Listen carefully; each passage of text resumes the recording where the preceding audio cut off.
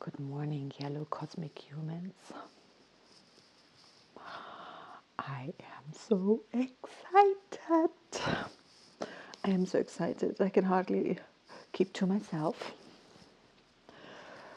We've arrived. We've arrived. We've arrived. We've arrived. Where have we arrived? At another end point to transition, to complete, to start something new from here. The cosmic human. Oh, okay, wait. Why am I so excited? Maybe because I'm going too much into this very exciting sun energy in me. I don't know about too much. Don't know who's judging me here right now. Yesterday, man, so much information came to me. I don't know if you followed, if you remember on Tone 10, I had a mental, not a real, but like I said, like there was a hint of a seed of disappointment, like, what is my sun wave spell all about? I felt as if it didn't feel so momentous, which I imagine, oh, come on, my own life, my own wave spell. I mean, how that should just be like, Fwah. It never seems to be. It's very like, I pass through them no matter how intently I observe every day of a whole spin, and I've done a few like that. In the sun wave spell, it's as if I check out. It's as if I just am not really. Anyway, not valuable information here right now. This time I stayed much more focused and much more present. I was traveling for 2 weeks, so wasn't really in my own life as such. But I often feel myself more when I travel. I'm more at home when I travel. I feel more at home and at ease when I travel. There are reasons for that because, well, home has in my life come to mean a place of danger. So it's like, oh, not exactly the place where I like, oh yeah, and maybe that's a good thing. Anyway, it did start manifesting like in the last 3 days, 10, 11, 12, by means of insight, realization, understanding, subtle things, like I didn't have time yesterday to go into the reflection, and of course ideally you should be doing your reflection because it's about you and your wave spell and your sun, your inner sun. For me, what am I taking with me? Neptune and Aries, yeah, that dream, those dreams, like my own shadow that I can't see on my own. The sun causes shadow, but the sun itself, that's an interesting one. What is shadow anyway in psychological terms? Oh, I'm starting to talk. I really wanted to start this with reading you something, and I'm going to do this. But the shadow being that which we in ourselves have repressed or don't acknowledge. It's not my anger, my impatience, my maybe jealousy or whatever. Anger is a natural response. Jealousy, in my eyes, is not. It's a trained response or a causal effect of a mental paradigm that is in my books, I would call it within my limited context right now, wrong. It means wanting something that to own or to have that, is negating the fullness of life and blah, blah, blah, blah. We don't own people. We have our own fullness. We come together to enjoy things that we do together, but in my books, we don't get to own each other, and we don't get to dictate to others what they get to do or what they don't get to do. I know we have different views on that, and each to their own. For me, freedom means freedom. I take home the realization of and looking forward to exploring a little deeper the storm, the blue storm, the energy of that in terms of the body, in terms of consciousness in the body, in terms of developing another kind or a deeper or another kind of level of physical consciousness and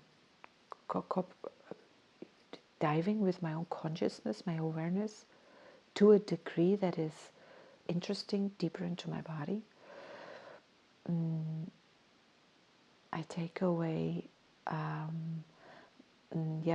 my own aggressiveness and the repressedness of it. So the shadow I was talking about is this: what is repressed. So if it shows up in an uncalled for way, it just means not that there's something bad within us, but there's something that got twisted or hurt and therefore repressed. Some part of life, love, does not find its natural expression, including whatever it is now. Like if I can tell myself I shouldn't be jealous because I know better. I have this sort of paradigmal belief, or I tell myself I should have faith in the divine, or I should believe in myself. I can tell myself those shoulds, but I might actually experience that I don't follow my own shoulds.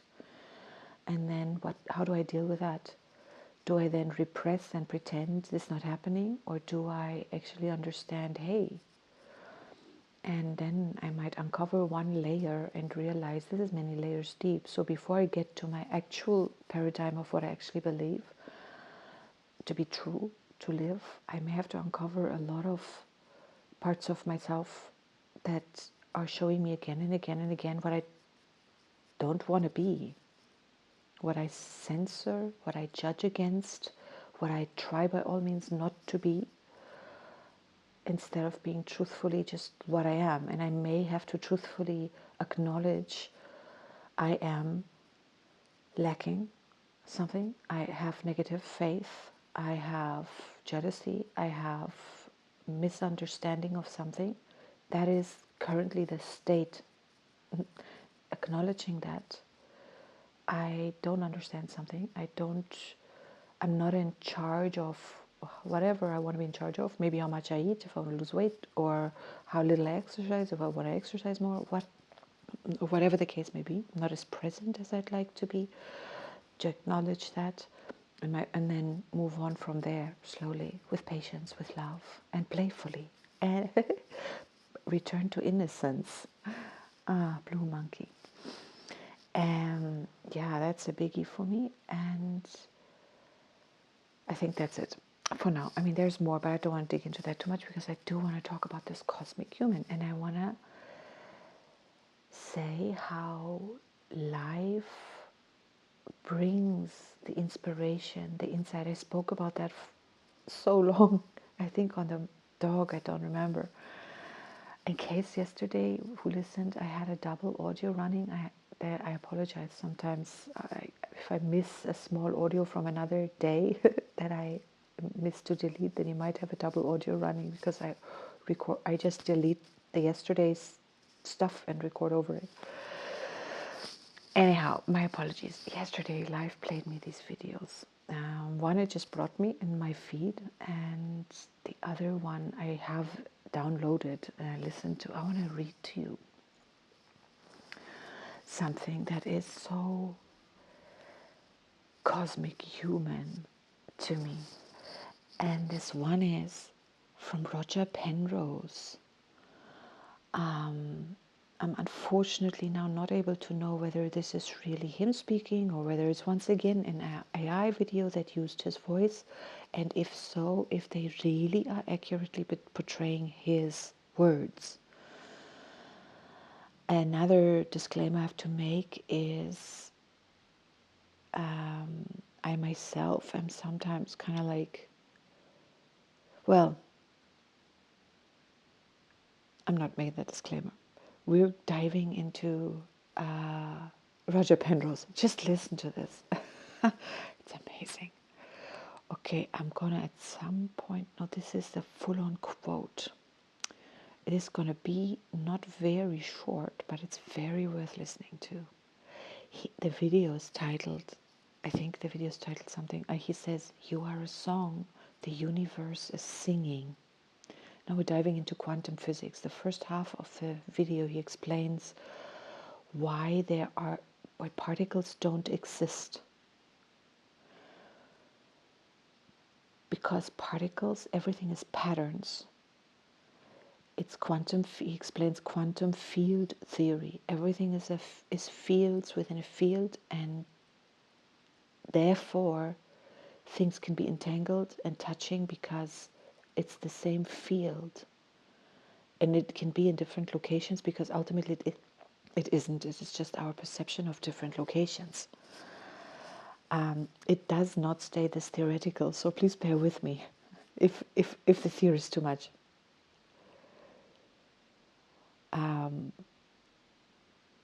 So it says, I'm not quoting yet, it says, we can pretend we are particles. I added, we can pretend we're separate humans, and we can get approximately correct answers, depending on the context. I just like, oh my God.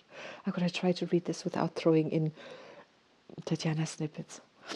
Okay. You are not made of stuff. You are a pattern, a configuration, a localized, stable, self-sustaining knot in the field structure of the universe. And here is the strangest part. The fields that make up your body are the same fields that make up everything else. The electron field that has an excitation in your brain right now is the same electron field that has excitations in the screen you're looking at, in the star Betelgeuse, in a hydrogen atom in the Andromeda galaxy. There is one electron field pervading all of space. Your electrons and my electrons are not separate things. They are different excitations of the same universal field. At the deepest level, you and I are not separate. We are patterns in the same underlying reality. The ancient mystics said, all is one. They were mocked by the reductionist scientists who believed in separate individual particles. But quantum field theory vindicates the mystics. There is only one reality, the quantum fields, and everything, or the quantum field, I'm not sure I understood the S correctly there, and everything is a pattern within that unity. You are not separate from the universe. You are the universe organized into a pattern complex enough to be self-aware. Now let me address what you might be thinking. If particles aren't real, why does the particle picture work so well? Why can I treat electrons as little balls and get the right answers? Because the particle picture is an approximation, and for many purposes it's a very good approximation. When excitations in the field are well separated, when they are not strongly interacting, when they're not asking questions about very short distances or very high energies, you can pretend they are particles and you get approximately correct answers. But it's like Newtonian mechanics. Newton's laws work beautifully for everyday speeds and masses, but they are not true. They are approximations to special relativity. And when you push into extreme regimes, near light speed, near black holes, the approximation breaks down and you need the real theory. The particle picture is like that. It works until it doesn't. And when it doesn't, you need quantum field theory. Virtual particles, the ones that appear and disappear in the vacuum, don't fit the particle theory at all. They violate energy conservation. They exist for times shorter than the uncertainty principle allows classical particles to exist.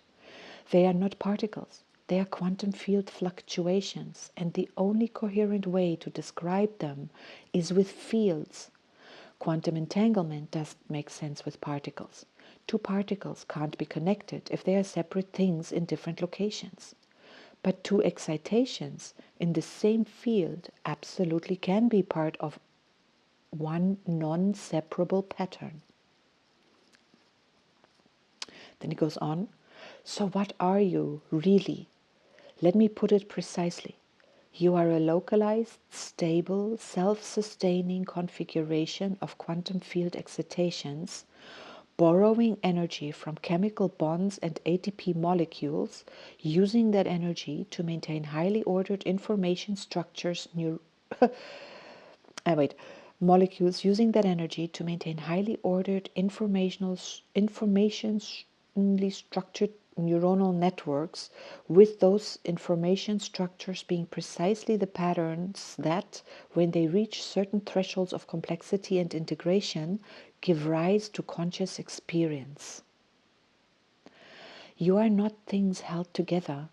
You are a process, a pattern persisting in time because it has enough structure to resist dispersal, enough stability to maintain continuity, enough complexity to be self-aware.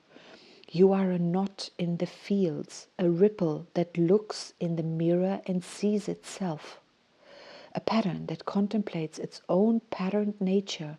And when you die, when the pattern disperses, when the field excitations that constitute your body dissolve back into the quantum vacuum, where do you go? Nowhere, because you were never separate to begin with. The fields remain, the universe remains. But the fields that made the pattern are eternal, unchanging, fundamental. You don't end, you disperse. You return to the ocean of fields from which you temporarily emerged. The ancient Buddhists had a word for this, anatta, non-self, the recognition that there's no separate permanent self, only temporary patterns in an eternal process. Quantum field theory proves anatta. You are not a thing. You have no unchanging essence. You are a process, a pattern, a temporary configuration that will dissolve. But the fields are permanent. The quantum field structure of the universe is, as far as we know, eternal. It exists before the Big Bang. It is in my cyclic, it exists before the Big Bang. In my cyclic cosmology, it exists before the Big Bang. If my cyclic cosmology is correct, it will exist after the heat death of this aeon. You are not separate from this eternity. You are a brief localized expression of it. A way the eternal fields organize themselves into complexity and awareness. And that, I think, is more profound than any picture particle could ever be. You are not a collection of things. You are a song the universe is singing, a temporary melody in an eternal composition. And when the melody ends, the music doesn't stop. It simply lives on. It simply moves on to the next note, the next pattern, the next moment in the eternal symphony. There are no particles. There's only the field. There's only the process. There's only the pattern. And you are one beautiful, temporary, infinitely precious pattern in the infinite creativity of the quantum fields. Not made of things, made of music, made of mathematics, made of the same fundamental reality as stars, stones, and distant galaxies. You are not separate. You never were. You are the universe experiencing itself for a brief moment before dissolving back into the eternal field structured from which a brief moment before dissolving back into the eternal field structure from which all patterns emerge and to which all patterns return. You are no particle, you're not particles, only field. You are not, you are no or not, I'm not sure, particles, only fields, only patterns, only process. And you are that process, aware of itself for one precious fleeting moment. Unquote. Woo! Isn't that like it? I mean, poetry, science, spirituality, all rolled into one. And however we see it, it too is a temporary paradigm or an attempt to explain or express the unexplainable. I mean, it's funny, we're translating reality into words. For whom? We're translating it into mathematics. Why are we doing that? Like, we're taking it, I don't know, whatever, we have reason to do that. He talks a lot about retrocausality in another video. I want to take that up in another video myself. Creating the past by observation, he talks about that. I was like, oh my gosh, I just talked about that yesterday, 2 days ago. And in the dog. And now I want to quote Nassim Haramein, another physicist, spiritual scientist, just like amazing. Um, uh, I listened to a video, I've heard it many times, an interview with him. I apologize, I don't know who it is by. I should look it up. Maybe I'll put it in the box, yeah. It's on physics and spirituality. And in it, he speaks about everything is relationship.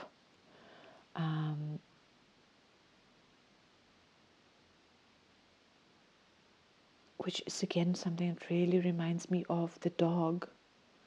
Relationship. Everything. We talk a lot about things, but we rarely talk about our own relationship to those things. The case in point is like, I hear a lot of people talk about what Trump does, for example, but they rarely talk about their relationship to Trump, which clearly they have one.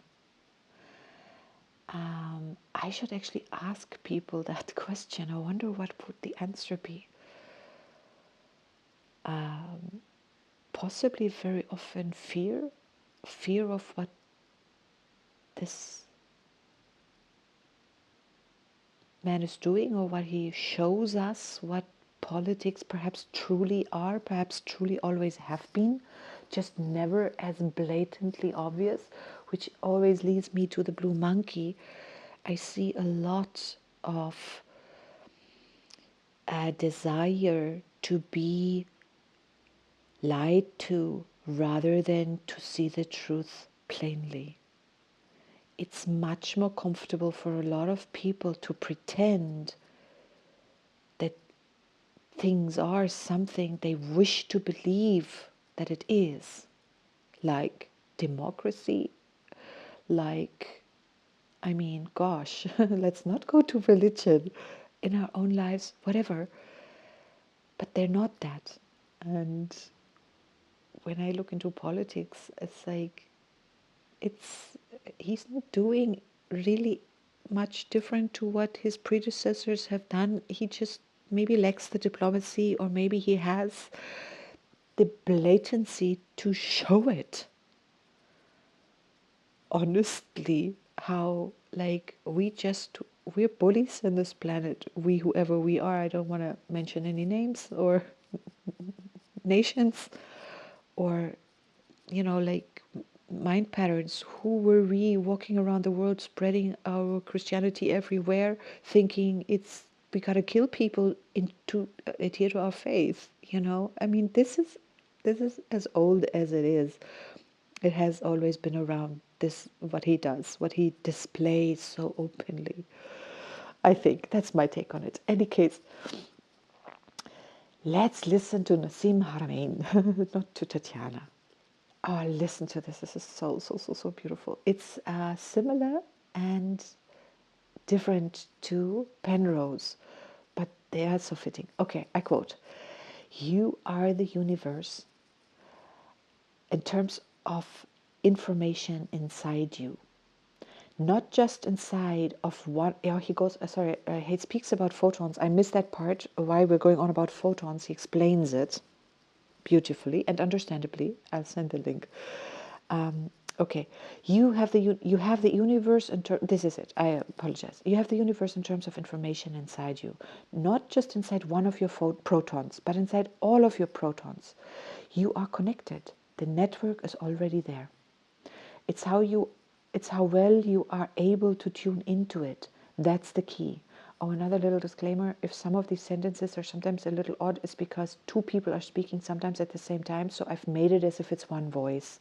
If I can distinguish question and answer, I'll say so, but otherwise they are like, the interviewer is sometimes putting in words affirming what Nassim is saying, and then Nassim just carries on. So I've made it into one carry-on text. The network is already there. It's how well you are able to tune into it. That's the key. Tuning into or listening to essentially what it is saying and where you are supposed to flow into it. Oh yeah, another personal note, he speaks a lot about flow. And the human, yellow human, I remind us, has the occult is the moon, the analog is a blue hand, and the antipode is white wind, spirit. So it's all in here. It's all in here. And we're guided by the yellow warrior today. All right. Listening, white wind, essentially what it is saying and where you are supposed to flow, red moon, into. Where the flow is for you.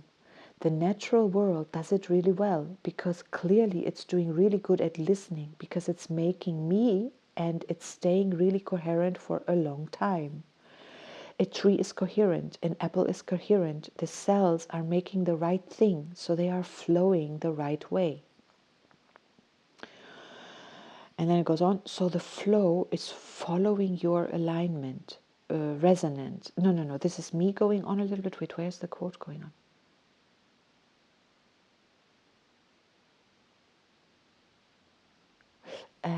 No, this is them. So the flow is following your alignment, resonance, trust 100%. Have faith that you are being led. White wind. That's me. Who is leading you? The universe. Everything else. So that you take your place. So that you are a good will works for the universe. That you are helping. That you are going with you. That you are growing with that you are going with, I'm just checking whether I have typos here, that you are going with, you're learning, you're growing, you're changing, you're transforming, you're informing the whole thing, because it's not just that you're listening to the whole thing, the universe in each one of your protons, but you're actually influencing, yellow human influence, the whole thing by moving with your protons, by doing things, blue hand, by thinking things.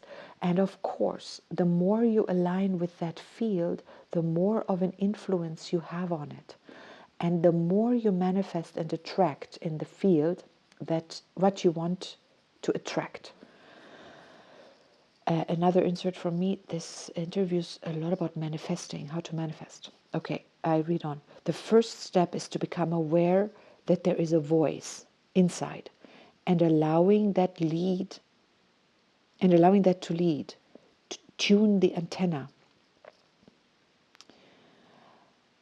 We may have to overcome the morphogenetic field of the entire planet. I mean, there's a space in between, but here it goes on. In order to manifest some of the things that may be completely contrary to your environment, and people tell you you're crazy or they disown you, whatever, then it goes on. We may have to overcome the entire morphogenetic field of the entire, we may have to overcome the morphogenetic field of the entire planet. It's a huge thing. And then if you're going to change the morphogenetic field of the entire planet, you better bring a whole lot of people with you. So you have to convince other people to start thinking the way you do, which is hard. It gets easier if you have physics to help. You have to influence the physicists. And then there are other things that influence. There's vested interests in ... and they understand what you're saying. They just don't want it to come out.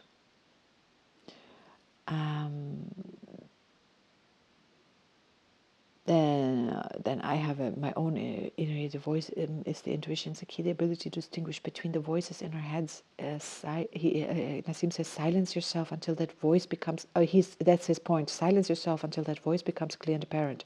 He goes on to say, this is how we learn. We literally are the universe. So it's the universe learning about itself.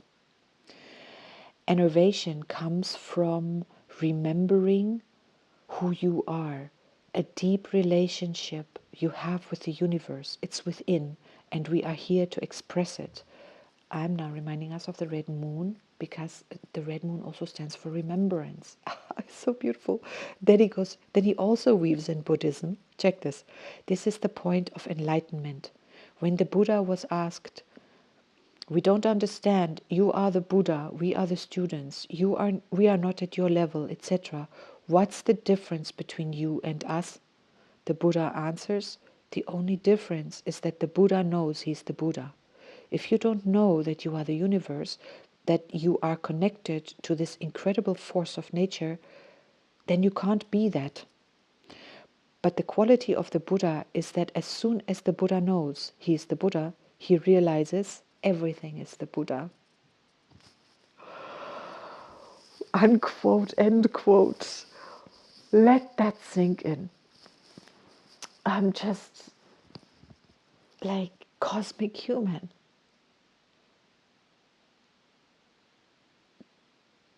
I mean, we don't have the faintest. Maybe we have the faintest, but we don't have much more than the faintest. And I appreciate any of these scientists who really acknowledge the fact that they know very little, that we generally know very little. We're guessing around a lot in the dark. And then we make reality fit. Cryon said our pi, 3 point blah, blah, blah, blah, blah, blah, blah, whatever we think pi is. And he says it's wrong. Pi is actually 4. I'm quoting this, but imagine, I mean, it would change all the outcomes of the formulas. I'd love to talk to a mathematician now and have this tested. What would the outcomes be? But this is Blue Monkey. We are magicians. We can bend reality to I can say to a large extent. That is relative, that word large. To whatever degree we can bend it, however large that influence is. Yellow human influence.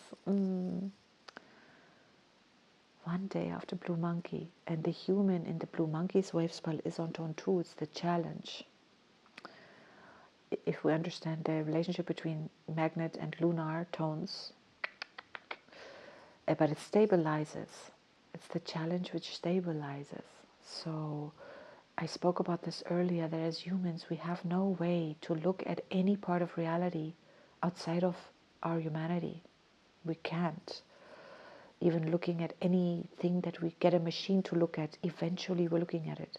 Nassim speaks a lot about consciousness influencing. And I don't know if Nassim speaks now about it or if it's Penrose who spoke about it. I listened to a lot of Penrose clips yesterday. And it's like nothing, I mean, what is this consciousness? It's a hot iron for a lot of scientists because we just can't really define it, at least not along those measures. Once we start moving towards like Buddhism or the old spiritual truths that pervade on the planet, then we know the answers have always been here. And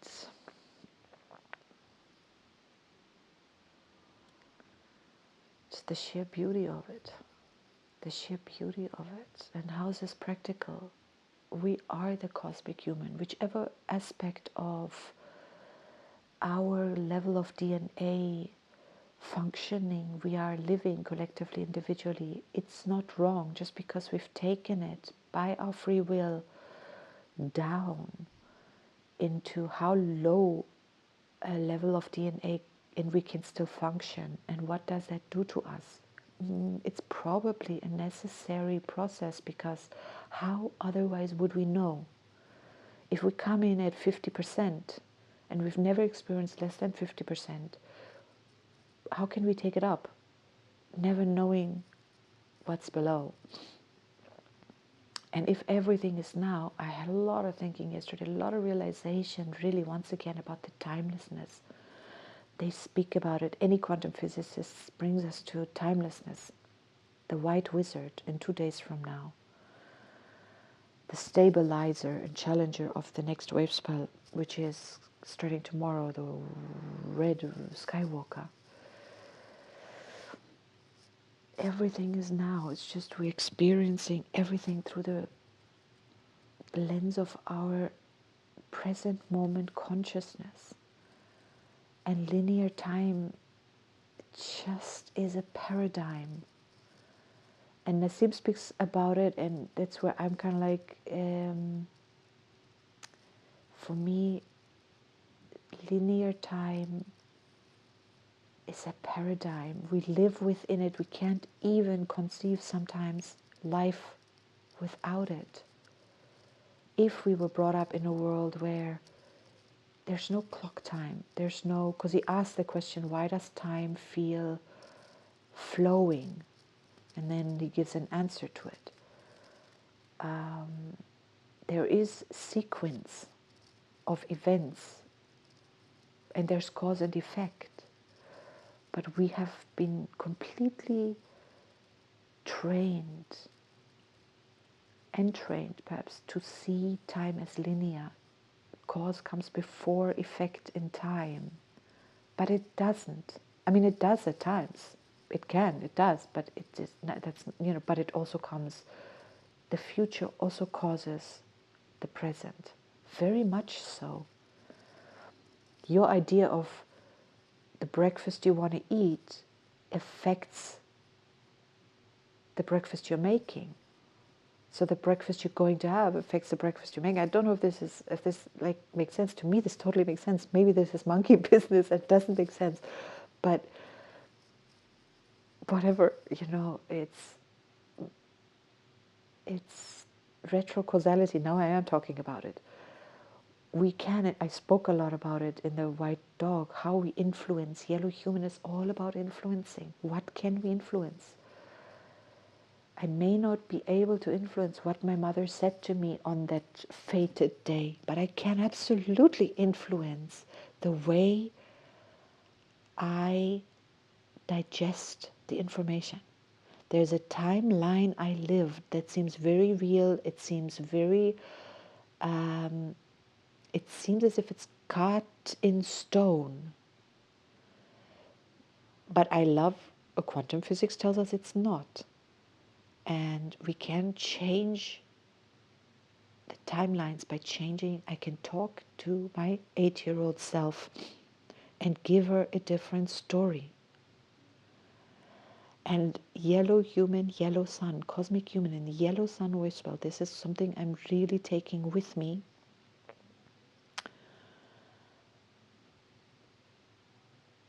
How do I tune myself? Who do I align with? White spirit, white wind. Spirit forces, extraterrestrial beings that are maybe terrestrial, we just don't see them. They are on Earth. If they've been on Earth for longer than humans, but they've come from somewhere else, are they extraterrestrial? Are we not maybe also extraterrestrial?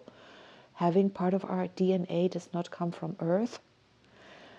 That is, and always has been, as obvious as daylight. It's just, it didn't fit into the narrow-minded explanations the scientists needed and wanted. Therefore, they ignored it. I never understood in school, exception proves the rule. I never quite understood that. And it would be explained a scientific principle, and then they would tell you, yeah, it doesn't apply over here. But we're ignoring that. Like Darwinism, it applies until it doesn't apply, and then we just conveniently ignore it. We haven't got the answer yet. We'll find it. But this is in the meantime true. Why do we have it so hard? Why is it so hard for us to allow a fluid, non-fixed image of or version of reality? That's what I really appreciate about quantum physicists, quantum theorists, because they kind of dabble in theory. If they find some kind of proof that can sort of reflect in our third dimension, but a lot of it really doesn't. And they're so keen to get these links, like how does it link to the third dimension? But they're also comfortable in dealing with the unknown or the uncertain. And I mean, doing mathematics with an uncertainty principle and with infinity, I'm very uncomfortable with having infinity in mathematical equations. Like, what? How is that? My mind is like, no, this must be my third dimensional mind that says no, but mathematics isn't third dimensional. At least not all mathematics. Some may be. 1 plus 1 is 2 is pretty third dimensional, or whatever. 3D, less than 3D, I don't know, whatever, but it's not really multi-dimensional. But 1 plus 1 is 3 gets to be really, in the quantum field, that's very much possible. Because 1 plus 1 is all. 1 plus 1 is 1. 1 cannot be plus 1. All and none is true. It's not either or, it's both and more. And neither. So anyway, this is just having a bit of monkey business fun in my brain there. But yeah, cosmic human. We are powerful. And I don't tire to remind us of how powerful we are, how beautiful we are, and to find the balance between what do I want to influence, what should I influence, who says should, who am I, how to flow, how to remember red moon, who I am, how to align myself, how to clear my antenna, blue storm, to the quantum field. What am I downloading? Who am I downloading? What is the vision, Blue Eagle, of my future self? Now I'm talking timeline. What is the vision, Blue Eagle, of my now self? Who do I want to be? I don't need to place that in the future. I can place that as an intention for growth in the now, and I'm doing the growing now. I'm doing the transitioning now. World bridging. I'm constantly world bridging. Tomorrow we start the wave spell of the Red Skywalker, the best friend of the world bridger. For a whole wave spell, 13 days, we're skywalking with a world bridger, bridging worlds, exploring worlds, letting go, holding on, separating and unifying at the same time. It's happening at the same time. I mean, the talking is like quantum physics, if ever there was quantum physics in a system. They all are. All the spiritual schools or systems or thoughts or like portrayals of reality, it's all like quantum physics. It's all the merging of, the explanation of. And why are we explaining reality to ourselves? My dog does not need to do that. My dog is just perfectly content to lie and rest, to wait, to sleep, to go into whatever dream fields the dog goes into when it's not actively running around, chewing snow, eating, drinking, licking my hand, being cuddled and stroked, doing whatever dogs do. Is he therefore a lesser life form? Is he not maybe a more evolved life form? I don't know. Yes and no and neither. So at the end of the day, who am I in my life? Who are you in your life? Where's peace, joy, enlightenment, illumination, cosmic human, illuminating We illuminate the planet. When beings look at the planet, we show up as light, depending on the brightness of our inner light. We light up the cosmos. We are the central sun. Each proton, as Nassim says, has the connective, that the networks are within. We are the antenna to the cosmos. We are the out there. We are the in there. We do not know what we are. How is this practical? It's practical because the universe is joy. The event horizon is the world bridger. It's the transition. It's where nothing can remain as it is. But we are also the point of perception that remains, that gives causality. We're the pattern that maintains itself. Consciousness forms these patterns that form these forms for as long as it's interested in being this form. As long as I'm interested in being Tatiana, I will be Tatiana. As long as there's a reason for the existence of Tatiana, Tatiana will exist. And if in someone else's universe there's a reason for Tatiana to die, then that will happen. In another universe, in a parallel universe, that does not happen. To me, this is very practical. It's like, yeah, of course. I can often feel at least two Tatianas here. One is really tired of her life, really like ready to go. I may have this I, and sometimes I feel her as I. I don't feel her as I right now as I speak, but I often feel her. Sometimes I feel them parallel, sometimes I only feel her. Really like, I'm really happy to conclude this big cycle, ending with, in my case, another 2 years, cosmic eagle, and I don't need to start another magnetic sun cycle. I'm tired. I'm like, there's a deep, deep weariness of, I don't know what that is. It's just weariness. I'm like, oh, can I leave? Can I just, but I've had this all my life. Like, do we have to do another day as a human? Really? But the opposite is also here, like, oh my God, I can do eternity as Tatiana. This is so exciting. It's so exciting. There is just no need to ever stop. And they are hand in hand. And that union is that is not a unity. That is a polarity. And to form a complementary relationship between those two polarities, to me, is really a challenge. That's really the lunar sun, I would say. The minute I polarize one, the other comes into existence.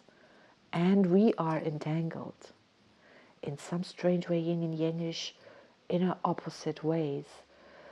And what would a cosmic human, how would I unite those? I have no answer to that. How to deal with those two? Is one just versions of me that are dying and I'm conscious of it, as my body dies all the time. Parts of my body die all the time.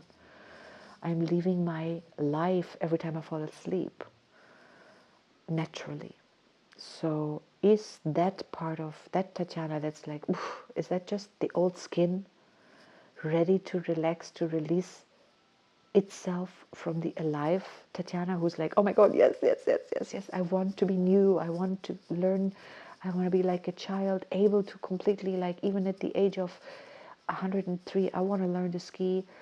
400, always so inspiring. Leni Riefenstahl, as controversial as she is, at the age of 60, she went, somewhere in her 60s, she went to some tribes in Africa and lived with them and filmed them.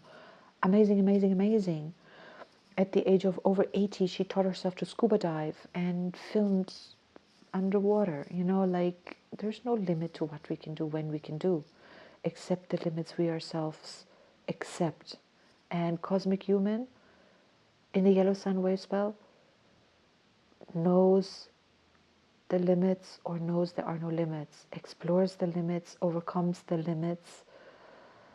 Rhythmic sun, rhythmically, periodically shedding skin, periodically shedding skin, knowing when to sleep, knowing when to rest, knowing when to be active.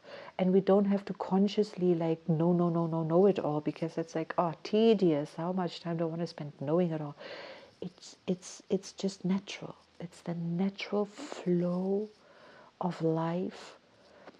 Understanding I'm an eternal being, I will naturally manifest in flesh any way, shape, form, time, universe, reality I choose. And this I cannot be defined, at least I cannot define it. There's many I, all I, the superposition of me, the superposition of many, many me's, many fields, all the great I am.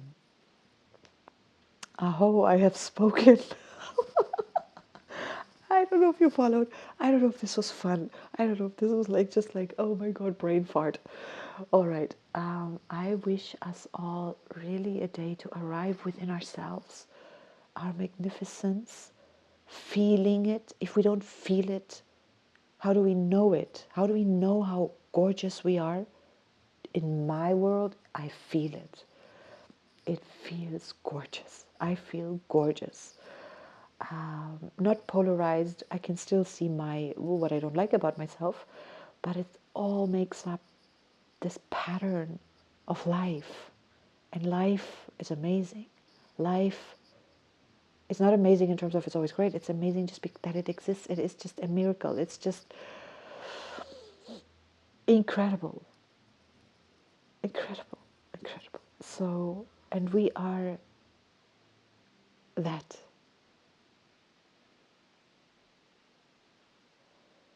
We are that. So I'm going to join my incredibly cold cup of coffee now, because I didn't want to interrupt myself. And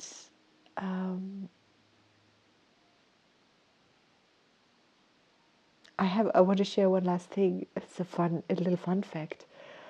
I have a thing with the numbers, of course, 144, 1444. We understand. If we understand, if we don't, no worries.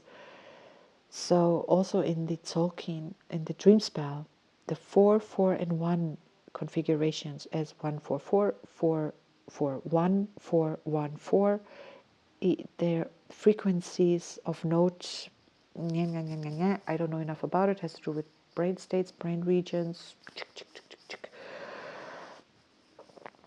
I made this video to be 4,000. I made my image to be 4,441 seconds long. And you know how many hours and minutes that is? That is 1 hour, 14 minutes, and 1 second. So 4441 converts to 114, incidentally now 01. And they add here .0. I mean, hello, who needs a dot after the 1 second? Okay, that's a fun fact. And something tells me I should talk until I feel the 11401, but I won't. So I will end at whatever, 5400. I wish you a beautiful, beautiful day, and we come back here tomorrow. Aho.